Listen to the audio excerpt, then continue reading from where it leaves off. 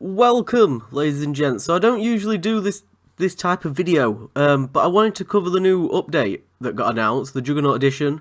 Thank you to somebody that commented on one of the videos reminding me that there was actually an update coming out and stuff, and that we were getting news about it. So, like I said, I don't usually do this. I'm using the bloody Xbox app, so I've got to be careful because I've watched porn on here in the past. I've got to make sure that nothing pops up. But we're going to cover what's actually been announced. So we're on Polygon.com, because it's the only website that doesn't cover me in ads and stuff. But yeah, Juggernaught Edition, which is apparently giving us all the expansions for free. Makes them free to everyone.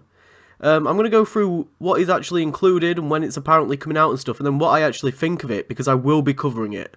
So the current game has a great premise, but struggles hard with onboarding and endgame variety, which is true, it's the reason I stopped playing. The Juggernaught Edition addresses both of these weaknesses. So already, that's a good sign. They're looking to make improvements. So we got a new weapon class. I don't even know what the current weapon classes are. New events, new variables, that's interesting. A new map based in the Pacific Northwest. I have no idea where the fuck the Pacific Northwest is, but I'm all down for a new map with new textures and stuff. Weather effects, oh my god. If you've seen like things that I want to arrive in State of Decay, weather was like one of my main thing. It was one of my main thing.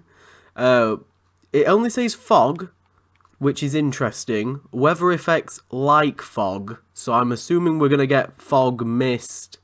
I can't see us getting snow, and I can't see us getting like heavy rain, maybe like a bit of drizzle.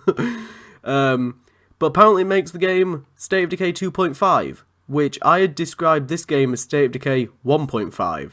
So this is going to be State of Decay 2. It had been exclusive, co-op players don't need to worry. State of Decay 2 is still cross-platform across different stores and consoles, making things clear. One of the biggest problems we had with explaining State of Decay 2 to players is that it wasn't quite a linear campaign. No, so when you're playing State of Decay 2, it's a lot more like a sandbox that you kind of have to really sort of experiment with to figure out how to actually complete the game. So we've got like tutorials getting like an overhaul, which they mention. And apparently the audio and the graphics are getting an overhaul, which is really, really interesting. So it says here, basically what the game expects you to do. Set clearer expectations from the start to avoid the initial overflow of information and investment. Mission statement: Heartland, an expansion based around a structured narrative and pre-made characters, was a good exploration.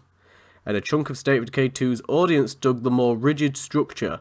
So, I did quite enjoy Heartland, but I will admit that I didn't really enjoy the story they provided us with.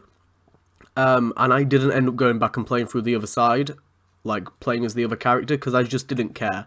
The ending was that shit for me. It really stopped me from playing the game again. It felt like a massive waste of time, so I'm hoping whatever they are adding in sort of improves on their storytelling. We're interested in the community simulation. Good. Hopefully we can get more NPCs and more encounters among its characters. For example, one NPC enjoys singing, while another in the community finds it grating. Brilliant. So more conflict. More people arguing and saying generic lines. The community management is getting cleaned up a little more. The UI improvements. One neat inclusion will make the community's morale visible to the player. Okay, that's good. For example, when a community is in dire straits and people are struggling, everyone is dirtier across the board. But when things are looking up, characters look neat and clean. Players will be able to spot the malcontents easily now. Just look at the grubby and grimy characters. That's a really cool little detail. However, is it actually going to be noticeable? That's my question. Is, just look for the grubby and grimy characters.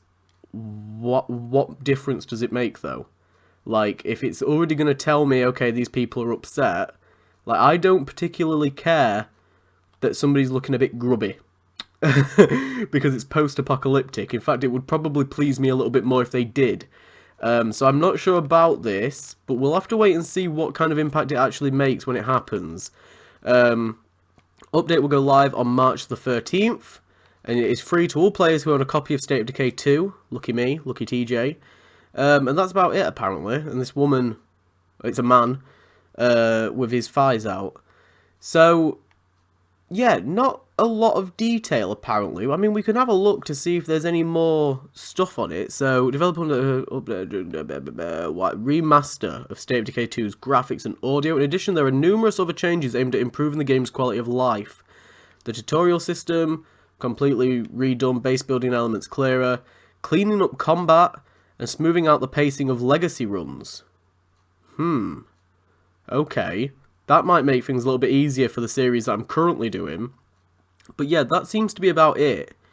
It's a lot, but not a lot. Like, they've said that they're going to do a lot, but they've not really gone into detail about it. It's kind of... It's a little bit WWE 2K20-ish, where, like, they said, oh, we're going to fix all of this stuff, and they released, like, a massive 15GB patch, and it only really patches in, like, 2 things that you can tell. I don't know. I'm not going to be too judgmental about it just yet. Let me know what you think about it. I think it's going to be good for the game. It's going to keep things fresh. It's needed. 100%. If they're not going to be releasing anything else, it's needed.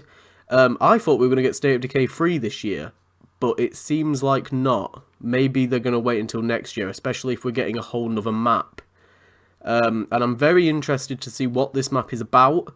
Luckily, we only have to wait a month, so there is that plus side. So, on the actual day, I don't know what day it falls on, but I will invest some time. I will get episodes out ASAP, and I will put the effort in to cover as much of this as possible. And yeah, let me know what you think about it. I think it's okay. You know, I don't think it's the greatest thing. I don't think it's the worst thing. Some of these things, like I said, I don't know if they really matter. Like, I never really had that much of an issue with the tutorial system. And, you know, if they're going to add in weather, I would rather them add in something like rain, not fog. But it says effects like, you know, we could always get updates to add more in. I think developers are now realising that free updates and keeping people playing the game longer will guarantee that they buy a sequel. It's kind of like what Star Wars Battlefront 2 is doing, where they're releasing these really brilliant updates really frequently, and it's going to make people buy the third game, because they can guarantee the quality. So I think that's now what Undead Labs have sort of realised. They've sort of stumbled along the way, and I don't think Heartland was a successful exploration, but we'll see how it goes, yeah, let me know what you think, and if you hope to, you know, stick with me and watch the channel, feel free to subscribe if you haven't already, and make sure you leave thumbs up so that I know that I'm doing the right things.